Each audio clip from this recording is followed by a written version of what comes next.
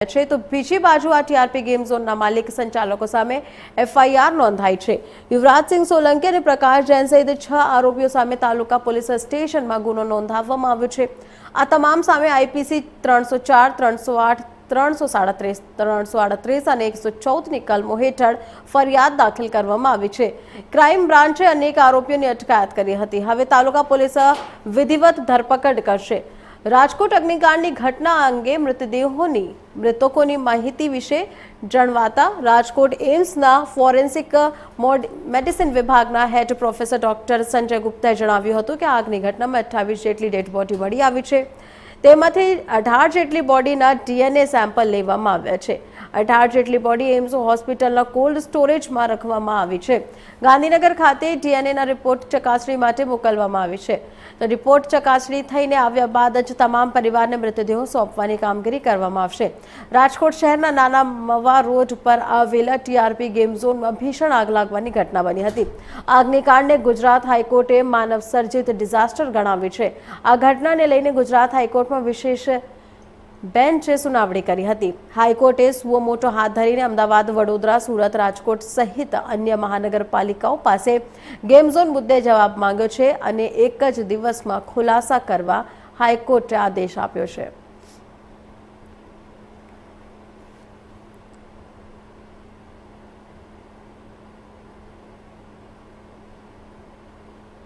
રાજકોટમાં શનિવારની સાંજે અસંખ્ય નાના ભૂલકાઓ આગની લપેટમાં આવતા જીવતા ભૂંજાઈ હતા। તો હાલ ચોતરફ આરેરાટી પસરી છે। હવે જૂનાગઢમાં પણ કુલ 4 ગેમ ઝોન આવેલ છે અને આ તમામ ગેમ ઝોન તંત્ર જાગૃત બની બેઠક બોલાવી છે અને અલગ અલગ ટીમો બનાવી તેમને તપાસ માટે મોકલી દેવામાં આવી છે। હાલ તપાસની ટીમો દ્વારા શહેરના કાડવા ચોક વિસ્તારમાં આવેલ સૂરજ ફન વર્લ્ડ તેમજ સૂરજ ગેમ ઝોન સહિતના સ્થળોએ ફાયર અને ઓસી વીજ જોડાણ સહિતના અનેક મુદ્દાઓ તપાસ શરૂ કરી દેવામાં આવે છે। આ તપાસમાં વિવિધ વિભાગના સંલગ્ન અધિકારીઓ જોડાયા છે।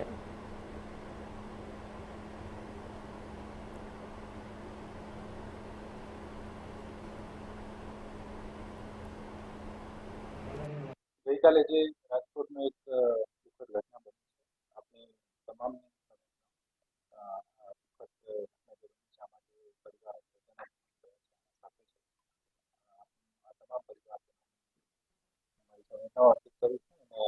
આના પરિવારને આ ઘટના જૂનાગઢમાં એવા કોઈ પ્રકારના બનાવ જૂનાગઢમાં જેટલા પણ ગેમ્સ ઝોન છે અથવા એવા સ્થળો જ્યાં ખૂબ વધારે પબ્લિક આવતી હોય છે અને આ સંસ્થાનો પાસે તમામ પ્રકારના સર્ટિફિકેટ, તમામ પ્રકારની સ્ટેબિલિટીના સર્ટિફિકેટ, ફાયરના સર્ટિફિકેટ છે કે કેમ, આને માટે સરકારના તમામ વિભાગો, revenue department, police department, corporation, police department, PGVCL, તમામ ડિપાર્ટમેન્ટ દ્વારા પોતપોતાના વિભાગના દ્વારા જે પણ સર્ટિફિકેટ આપવામાં આવે છે અથવા જે મેન્ડેટરી કન્ડિશન્સ જે છે જે ફોલો થવી જોઈએ આ બાબતની ચકાસણી જે છે આ ટીમો કરવામાં આવી રહી છે અને શહેરના તમામ મોટા જે ગેમ ઝોન છે આ ગેમ ઝોનની ચકાસણી કરશે। આ લોકો પોતપોતાની રિપોર્ટ આપશે। જૂનાગઢમાં જે ગેમ ઝોન છે એમાં 4 ગેમ ઝોન છે। સૂરજ ફનવર્લ્ડ છે, સૂરજ એમ્યુઝમેન્ટ પાર્ક છે, એક હોટલ ફનમાં છે અને ગેમ્સ પોઈન્ટ છે ઉપરકોટ। આ જે 4 મોટા ગેમ ઝોન છે આ તમામ ગેમ ઝોનની ચકાસણી ટીમ એક જ છે। તમામ તો શનિવારે રાજકોટમાં બનેલ દુર્ઘટના બાદ સરકાર દ્વારા સમગ્ર ગુજરાતમાં આવેલા ગેમ ઝોન બંધ કરવાના આદેશને પગલે જામનગરનું તંત્ર પણ અચાનક હરકતમાં આવ્યું હોય તેવા દ્રશ્યો સામે આવ્યા છે। તો શનિવારે સાંજે શહેરના જુદા જુદા વિસ્તારમાં આવેલી ગેમ ઝોનને બંધ કરાયા બાદ કોર્પોરેશનમાં પીજીવીસીએલ, ફાયર અને સ્ટેટ સહિતની ટીમો દ્વારા એક મીટિંગ યોજાઈ હતી જેમાં 3 ટીમોની રચના કરવામાં આવી છે। જે ટીમોમાં ચીફ ફાયર ઓફિસર, શહેર ડીવાયએસપી, શહેર મામલતદાર, એસ્ટેટ ઓફિસર અને ટાઉન પ્લાનિંગ વિભાગના અધિકારીઓનો સમાવેશ કરાયો છે. હાલ આ ટીમો દ્વારા જામનગર શહેર વિસ્તારમાં આવતા game zone, amusement park, fun park સહિતના તમામ સ્થળોએ ટીમો દ્વારા ચેકિંગ કરવામાં આવી રહ્યું છે.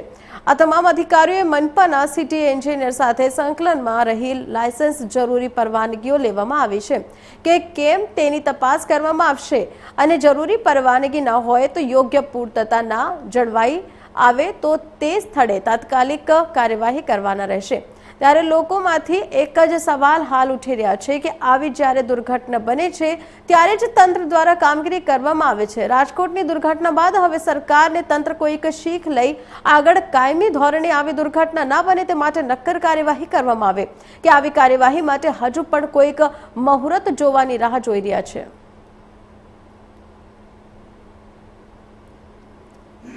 મહાનગરપાલિકા દ્વારા ગઈકાલે રાજકોટમાં જે દુઃખદ ઘટના ગેમ ઝોનમાં બને તે અન્વયે રાજ્ય સરકારશ્રીની ગાઈડલાઇન મુજબ એક ટીમનું ગઠન કરવામાં આવેલ છે, જેમાં city engineer Shri, DYSP, chief fire officer Shri, city મામલતદાર શ્રી, પીજીવીસીએલના ડેપ્યુટી એન્જિનિયર તેમજ જામનગર મહાનગરપાલિકાની ટાઉન પ્લાનિંગ શાખા, લાઇટ શાખા વગેરેની ટીમ દ્વારા આજે જામનગર શહેરમાં સંપૂર્ણ ટોટલ 13 થી 14 લોકેશન છે. એમાં એક મેઇન લોકેશન છે પીવીઆર સિનેમા, જે ઓફિશિયલ મોટો ગેમ ઝોન છે.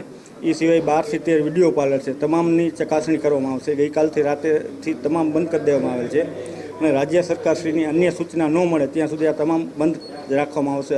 ઓપન મેળા છે કે કોઈ પણ વસ્તુ છે અને એની સ્ટ્રક્ચર સ્ટેબિલિટી, એના લાયસન્સ, એના મનોરંજનના પરફોર્મન્સ લાયસન્સ વગેરે મેળવી, વેરીફાઈ કરી, સ્ક્રુટની કરી ઇલેક્ટ્રિકલ ઇન્સ્પેક્ટર દ્વારા એનું સર્ટિફિકેટ રજૂ થયેથી જ ચાલુ કરવામાં આવશે અને એ સરકારશ્રીની સૂચના મળે પછી જ ચાલુ કરવામાં આવશે. ત્યાં સુધી તમામ કાર્યવાહી અત્યારે તમામ ગેમ ઝોન, તમામ મેળા છે એ સ્ટોપ કરી દેવામાં આવેલ છે અને 3 ટીમ કરી અને સર્વેની કામગીરી આજથી ચાલુ કરવામાં આવે છે.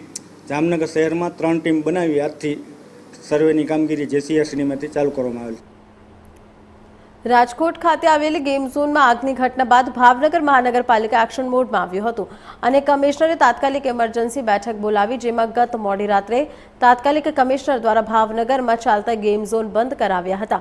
આ ઘટનાના થોડા જ કલાકોમાં જ મહાનગરપાલિકાના મ્યુનિસિપલ કમિશનર એનવી ઉપાધ્યાય દ્વારા એક તાત્કાલિક ઇમરજન્સી બેઠક બોલાવી એના તેમાં શહેરમાં ચાલતા નાના મોટા ગેમ ઝોન પર જઈ કાર્યવાહી કરવાના આદેશ આપ્યા હતા અને ભાવનગર શહેરમાં 3 મોટા ગેમ ઝોન બંધ કરાવ્યા હતા, જેમાં શહેરના કાલિયાબેટ નજીક આવેલા હિમાલયા મોલ પાસે, ટોપ 3 પાસે અને ઈપી સિનેમા અંદર આવેલ 3 ગેમ ઝોનને બંધ કરાવ્યા હતા. આ અંગે ભાવનગર મહાનગરપાલિકાના કમિશનર એનવી ઉપાધ્યાયે જણાવ્યું હતું કે રાજકોટની દુઃખદ ઘટના બાદ ભાવનગર શહેરમાં ચાલતા 3 મોટા ગેમ ઝોન તાત્કાલિક ધોરણે બંધ કરવામાં આવ્યા હતા. 3 સ્થળોએ અધિકારીઓની ટીમ દ્વારા તપાસ હાથ ધરવામાં આવશે, જેમાં ખાસ પાવર બાબતે જ સાધનો મૂક્યા હોય કે તેમાં પાવર યોગ્ય પ્રમાણમાં છે કે કેમ તે અંગે તપાસ સહિતની કાર્યવાહી હાથ ધરવામાં આવશે. રાજકોટમાં જે આગ લાગેલ છે ગેમ ઝોનમાં એ દુઃખદ ઘટના છે. 28 માણસોનું મૃત્યુ ડિક્લેર થયેલું છે. જે સંદર્ભે ગઈકાલ રાત્રે કમિશનર સાહેબે મિટિંગ રાખેલ હતી, કમિટી બનાવેલ છે.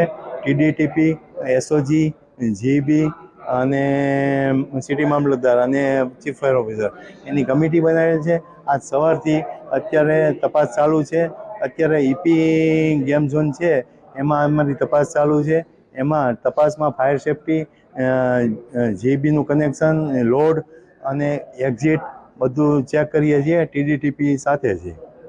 ખાસ કરી વાત કરીએ તો આમાં કોઈ વામણું ઉતરશે, કોઈ ગેમ ઝોનમાં કેવા પ્રકારના એક્શન લેવામાં? જો એમાં કંઈ પ્રોબ્લેમ હોય અને ક્વેરી ડિક્લેર થશે તો એને તુરંત સીલ કરવામાં આવશે. રાજકોટની જે ગઈકાલે ગેમિંગ ઝોનની આગ દુર્ઘટનાની જે દુઃખદ ઘટના બની એનું અનુસંધાનમાં સરકારશ્રીની સૂચના અન્વયે મહાનગરપાલિકાના માનનીય કમિશનરશ્રી દ્વારા જે ટીમની રચના કરવામાં આવી છે એ અન્વયે અત્રે સમગ્ર ટીમ દ્વારા ભાવનગર શહેરમાં આવેલા જુદી જગ્યા પર આવેલા બધા ગેમિંગ ઝોનની અત્યારે સર્વે ચકાસણી કરીને સ્થળ ઉપર એમના રોજકામ કે જે કંઈ કરવાનું હોય એ બધું અત્યારે કામ કરવાની કાર્યવાહી ગતિમાં છે. તો ખાસ કરીને કેવા પ્રકારની કામગીરી હાથ ધરવામાં આવી? આમાં એવા કામ કરવાનું છે જે કંઈ ગેમિંગ ઝોન હોય એ નિયમ અનુસાર મંજૂરી મુજબ કરવામાં આવેલા હોય છે કે બિલ્ડિંગ કેમ, એની પરમિશન છે કે કેમ, એમાં ફાયર વિભાગને લગતી કોઈ એપ્લાયન્સીસનો ઉપયોગ કરવામાં આવેલો છે કે કેમ, અચ્છા એમની એન્ટ્રી એક્ઝિટ અને એવું બધું પ્રોપર દિશામાં છે કે કેમ, એ બધી સર્વે કરવામાં આવનાર છે. રાજકોટમાં આગની ઘટનાને લઈને સુરત મહાનગરપાલિકાની ઇમરજન્સી બેઠક યોજાઈ હતી. ઘટનામાં કલેક્ટરની સાથે આરોગ્ય અને ફાયર અધિકારીઓ જોડાયા હતા. બેઠકોમાં નક્કી કરાયું હતું કે સુરતમાં રજિસ્ટર્ડ તમામ 16 ગેમ ઝોનની તપાસ કરવામાં આવશે. એનઓસી નહીં હોય તો તેવામાં ગેમ ઝોન વિરુદ્ધ કાર્યવાહી કરવામાં આવશે. આ માટે એસએમસી, ફાયર અને પોલીસની હાઈ લેવલ કમિટીનું ગઠન કરવાનું પણ નક્કી કર્યું છે. સુરતનું ફાયર વિભાગ પણ આ ઘટના બાદ સફાળું યોજાયું છે. તો ફાયર વિભાગે શહેરની અલગ અલગ ગેમ ઝોનમાં પહોંચી ફાયર સેફટીના સાધનોનું ચેકિંગ હાથ ધર્યું હતું. સુરતમાં પણ ગેમ ઝોન પતરાના શેડમાં બનેલા અને તમામ ગેમના ઇલેક્ટ્રિક સાધનો હોવાનું સામે આવ્યું હતું. અહીં છત પર થર્માકોલની સીટ દ્વારા કવર કરાયું હોવાનું જણાવ મળ્યું હતું. આ તરફ રાજકોટની ઘટનાના વડોદરામાં પણ ઘેરા પડઘા પડ્યા છે. વડોદરામાં ફનબ્લાસ્ટ, ઇવોમોલ અને ઇન ઓર્બિટ તાત્કાલિક બંધ કરાવી દેવાયા હતા. તમામ ગેમ ઝોન ફાયર સેફટીની ચકાસણી બાદ જ ચાલુ કરાશે તેમ જણાવ્યું હતું. એટલું જ નહીં, તપાસમાં કોઈક ખામી બહાર આવશે તો કડક પગલાં લેવામાં આવશે તેમ પણ જણાવ્યું હતું.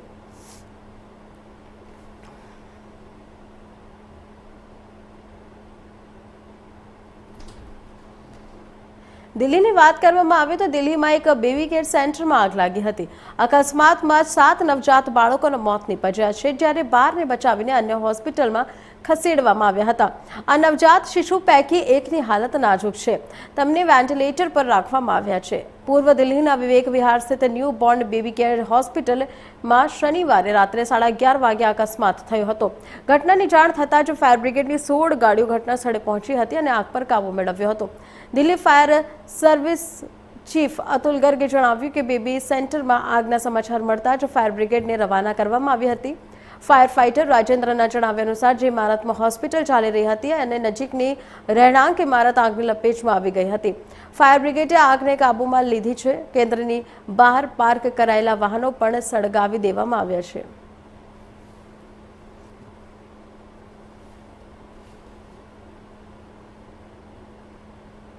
હવામાન વિભાગ અનુસાર ચક્રવાત રેમલ આજે પશ્ચિમ બંગાળ સુધી પહોંચે તેવી શક્યતા છે. તેને ધ્યાનમાં રાખીને પૂર્વોત્તર ક્ષેત્ર અને બાંગ્લાદેશ માટે ચેતવણી જારી કરવામાં આવી છે. ચક્રવાત રેમલ બાંગ્લાદેશ અને પશ્ચિમ બંગાળના દરિયાકાંઠાના વિસ્તારોમાં અત્યંત ભારે વરસાદ અને ભારે પવન લાવશે.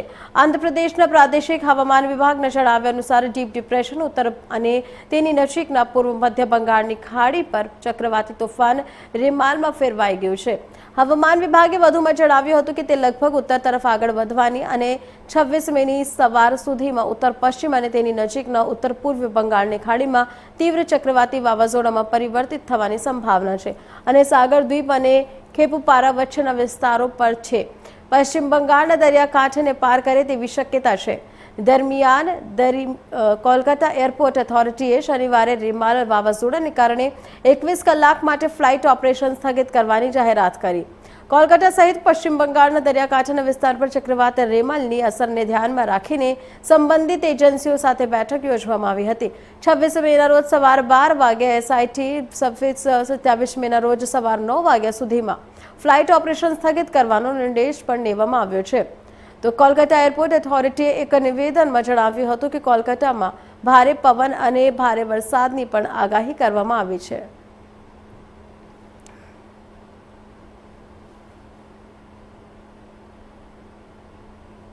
ચક્રવાત રેમલ 26મી મે એટલે કે આજે પશ્ચિમ બંગાળમાં ત્રાટકશે.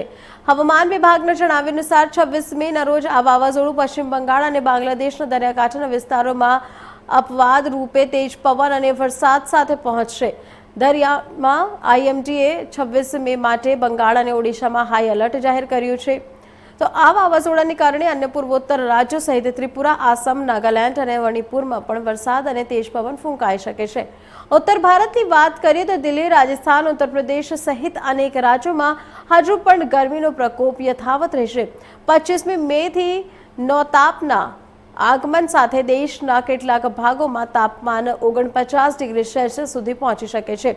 હવામાન વિભાગે દિલ્હી, રાજસ્થાન, મધ્યપ્રદેશ, ગુજરાત, પંજાબ અને હરિયાણા માટે હીટ વેવનું એલર્ટ જાહેર કર્યું છે. જમ્મુ વિભાગ, હિમાચલ પ્રદેશ, પૂર્વ મધ્યપ્રદેશ અને વિદર્ભના કેટલાક વિસ્તારોમાં 28 મે સુધી ગરમીનું મોજું ચાલુ રહેવાની શક્યતા છે. પૂર્વી ઉત્તર પ્રદેશમાં 26 થી 28 મે દરમિયાન ગરમ પવનો ફૂંકાવાની શક્યતા છે. તો જ્યારે પશ્ચિમ મધ્યપ્રદેશમાં 27 અને 28 મેના રોજ ગરમ પવનો ફૂંકાશે.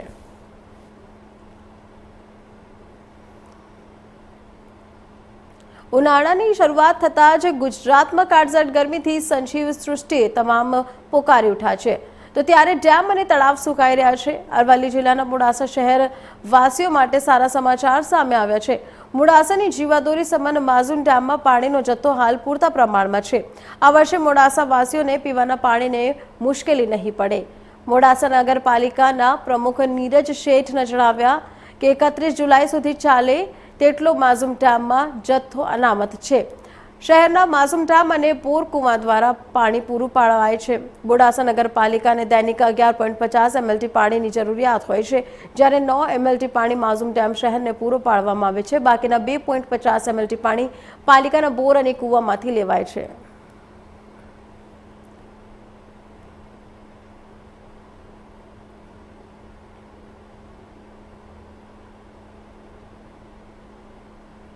મોડાસા નગરપાલિકાની અંદર માઝૂમ ડેમમાંથી આપ જોઈ શકો ત્યાં સુધી પાણી આવે છે અને માઝૂમ ડેમની અંદર 31 જુલાઈ સુધી ચાલે એટલો જથ્થો અત્યારે અવેલેબલ જ છે અને આઈ થિંક એકાદ મહિનામાં ચોમાસાની પણ આવક થવાની છે. તો પીવાના પાણી અંગે આપ જાણો તો એ પ્રમાણે કોઈ પણ પ્રકારની તકલીફ મોડાસા નગરની જનતાઓને થશે નહીં.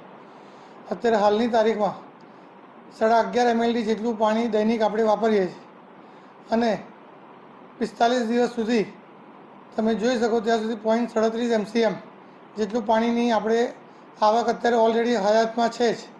તો હું જાણું ત્યાં સુધી કોઈપણ પ્રકારની મોડાસાની જનતાને પાણી પ્રકારે કોઈપણ સમસ્યા આવશે નહીં. તો હાલમાં સમગ્ર રાજ્યની સાથે સાથે બનાસકાંઠા જિલ્લામાં પણ ગરમીનો પ્રકોપ વધ્યો છે. હીટવેવને પગલે લોકોએ ગરમીથી રાહત મેળવવા અનેકવિધ ઉપાયો આજમાવી રહ્યા છે. ત્યારે યાત્રાધામ અંબાજી ખાતે એસટી ડીપો અંબાજીના 3 યુનિયન દ્વારા કર્મચારીઓ, વેપારીઓ અને મુસાફરો જનતા માટે ઠંડા છાશનું નિઃશુલ્ક વિતરણ કરવામાં આવ્યું હતું. હાલમાં પડી રહેલ કાળઝાળ ગરમીના પ્રકોપથી મુક્તિ મળે તે ઉદ્દેશથી અંબાજી ડીપો દ્વારા કર્મચારીઓ માટે 2 દિવસ અગાઉ ORS પેકેટ પણ વિતરણ કરવામાં આવ્યું હતું. તો આપણે જણાવી દઈએ કે ગરમીના પ્રમાણને જોતા જ માત્ર કર્મચારીઓ જ નહીં પરંતુ જાહેર જનતાને જ નિગમનું હૃદય છે એ પણ આવી કાળઝાળ ગરમીમાં રાહત મેળવી શકે એવા ઉમદા વિચારને અમલમાં મૂકતા આજરોજ અંબાજી એસટી ડીપોના 3 માન્ય યુનિયનના પ્રતિનિધિઓ અનેશસિંહ ચાવડા, પ્રમુખ પાલનપુર વિભાગ રાજેન્દ્રસિંહ દિયોલ, યુનિટ મંત્રી મજૂર મહાજન યુનિયન અરવિંદસિંહ ચાવડા, યુનિટ મંત્રી BMS તેજસિંહ સોલંકી, યુનિટ મંત્રી કર્મચારી મંડળ અને લાયન્સ ક્લબ અંબાજીના 7 સહકાર થકી અંબાજી એસટી ડીપોમાં આવનાર તમામ મુસાફર જનતા માટે તેમજ આસપાસના વેપારી મિત્રો માટે આશરે 300 લીટર ઠંડી છાશનું વિતરણ કરવામાં આવ્યું હતું. ગરમીમાં પ્રકોપ વચ્ચે ઠંડી મધુરી છાશ પી મુસાફર જનતાએ હશકારો અનુભવ્યો હતો. તેમજ અંબાજી એસટી ડીપોની ઉમદા ભાવનાને ઉદારવી હતી. અંબાજી એસટી ડીપો મેનેજર રઘુવીર સિંઘ દ્વારા તમામનો આભાર વ્યક્ત કરી આ કાર્યક્રમમાં સક્રિય રહી છાશ વિતરણ કાર્યક્રમને સફળ બનાવ્યો હતો.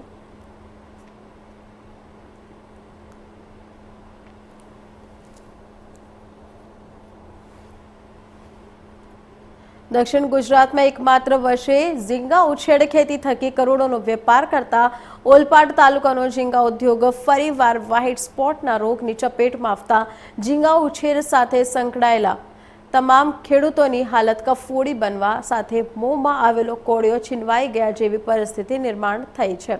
તાલુકાના કાંઠના મહત્તમ ગામોમાં તળાવો પર રોગની અસરથી ઝીંગાનો પાક નાશ થઈ રહ્યું છે. ત્યારે જ વરસાદ લંબાતા ત્યારબાદ વ્હાઇટ સ્પોટ સિન્ડ્રોમ વાયરસ જોર પકડે તેમ હોવાથી ઝીંગા ઉદ્યોગોમાં મોટી નુકસાનીની ભીતિ વર્તાઈ રહી છે.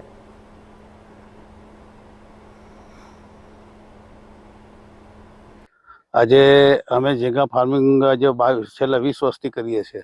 હવે ઝીંગા ફાર્મિંગમાં આ વ્હાઇટ સ્પોટ નામનો એક રોગ આવે છે. જે અમારો તે રોગ છે તે હાલમાં ઓગસ્ટ, જૂન, જુલાઈ પછી જ આવતો હોય છે. પરંતુ આ રોગ આ ફરી એપ્રિલ, મેમાં રોગ આવવાથી અમારા બચ્ચા અમે લગભગ કમસે કમ અમે માર્ચ મહિનામાં નાખીએ તો 1 જ મહિનાના બચ્ચા થયા છે. જે બચ્ચા આજે એનું વજન કોઈ નહીં હોવાથી કોઈ વેપારી બી લેતો નથી અને આજે કરોડો રૂપિયાનું નુકસાન અમારા કાંઠા વિસ્તારમાં અમારું નુકસાન થયું છે. જો સરકાર જો અમને આમાં કંઈક ખેતીવાડીના હિસાબે આપે, કંઈક મદદરૂપ થાય તો અમે આવું કલ્ચર અમે કરી શકીએ એમ છે. હવે આ જે રોગ છે એ રોગ કઈ રીતે થાય છે, કઈ રીતે ફેલાય છે? આ રોગ છે તે અમે જે બચ્ચા લાવીએ તેમાં જ આ હોય છે પરિણામ. પહેલાં કોઈ બી બચ્ચા લાવે એટલે ટેસ્ટિંગ વગર કોઈ બચ્ચા લાવતો હોય તો એ બચ્ચામાં ડાયરેક્ટ જ હેચરીમાંથી આવતું હોય છે.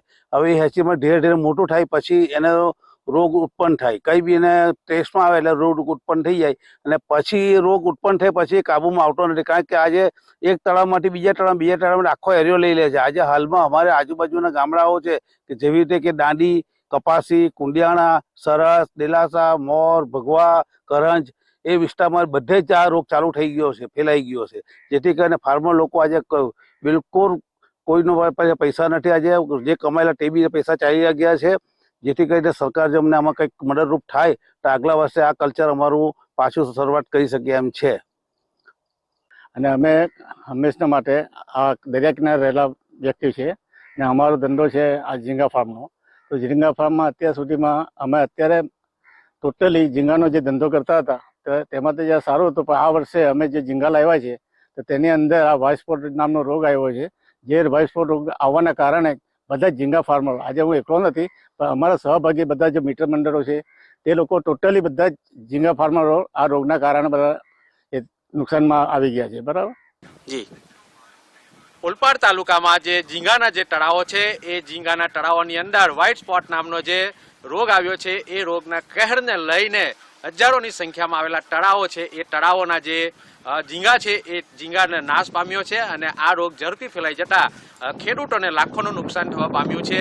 દક્ષિણ ગુજરાતની જો વાત કરવામાં આવે તો દક્ષિણ ગુજરાતની અંદર સૌથી વધારે જો ઝીંગાનો ઉછેર થતો હોય, જે ખેતી થતી હોય એ હાંસોદ અને ત્યાર પછી ઓલપાડ તાલુકામાં થતો હોય છે, જેમાં કાંઠા વિસ્તારની અંદર ખેડૂતો પાસે બીજી કોઈ ખેતીની સ્ત્રોત ન હોવાને લઈને ખેડૂતોએ ઝીંગાનો ઉછેરનો વ્યવસાય સાથે લોકો સંકળાયા હતા. પરંતુ આ વર્ષે ઝીંગાનો જે પાક છે એના જે ઝીંગાના બચ્ચા જે છે એ તળાવની અંદર નાખવામાં આવ્યા હતા. પરંતુ ઝીંગાનો જે વૃદ્ધિ થાય તે પહેલાં જ જે વ્હાઇટ સ્પોટ નામનો જે રોગ છે એ રોગ આવી થતા જે બચ્ચા છે એ બચ્ચા નાશ પામી ગયા હતા અને જે ખેડૂતોના જે પાક હતો એ પાકને નુકસાન થતા ખેડૂતોએ સરકાર પાસેથી સર્વે કરીને જે માંગ કરી છે, જે આવક મેળવવા માટેનું બીજું કોઈ સાધન ન હોવાને લઈને સર્વે કરીને જલ્દીમાં જલ્દી સહાય ચૂકવા એવી પણ માંગ ખેડૂતોમાં ઉઠી છે. ત્યારે હાલમાં વ્હાઇટ સ્પોટ નામનો જે રોગ છે એ રોગે કાંઠા વિસ્તારના જે ઝીંગા તળાવોને નાશ કરી દીધો છે, જેને લઈને ખેડૂતો પાયમાલની સ્થિતિમાં આવી ગયા છે. Mahendrasinh Mangrola, India News, Surat. શક્તિ, ભક્તિ અને આસ્થાનો ત્રિવેણી સંગમ એટલે જગવિખ્યાત યાત્રાધામ અંબાજી ગુજરાત અને રાજસ્થાનની સરહદ ઉપર આવેલું છે. અંબાજી દેશના 51 શક્તિપીઠોમાં આદ્ય શક્તિપીઠ તરીકે ઓળખાય છે. અંબાજી મંદિરમાં વિશ્વના અલગ અલગ દેશોથી મોટી સંખ્યામાં માઈ ભક્તો આવતા હોય છે અને દર્શન કરે છે. અંબાજી મંદિરમાં નેતાઓ, બોલિવૂડ સેલિબ્રિટી સહિત ઘણા ભક્તો દર્શન કરવા માટે આવતા હોય છે. બોલિવૂડની જાણીતી કોમેડી ક્વીન ભારતી સિંહ પોતાના પતિ અને દીકરા લક્ષ્યસિંહની બાબરી ઉતારવા અંબાજી આવી હતી. ઘણા ભક્તો પોતાના સંતાનોની બાબરી ઉતારવા માટે અંબાજી આવતા હોય છે. ગુજરાતમાં સૌથી વધુ બાબરી બહુચરાજી અને અંબાજી ખાતે ઉતરી છે. તો ત્યારે આ બોલિવૂડની જાણીતી કોમેડી ક્વીન ભારતી સિંહ પોતાના પતિ હર્ષ લિંબાચિયા અને દીકરા લક્ષ્યસિંહ સાથે અંબાજી આવ્યા હતા, જ્યાં તેમણે માનસરોવર ખાતે પોતાના દીકરાની બાબરી ઉતારવી હતી. અંબાજી ખાતે નાના બાળકો સાથે હર્ષ અને ભારતીએ ખૂબ જ પ્રેમથી વાતચીત કરી હતી અને અંબાજીના વનરાજી રિસોર્ટ ખાતે પણ થોડા સમય માટે રોકાણ કર્યું હતું.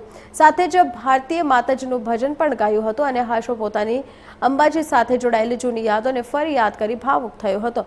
અહીં નાના બાળકો સાથે પણ ભારતી અને હર્ષે ફોટા પાડવ્યા હતા.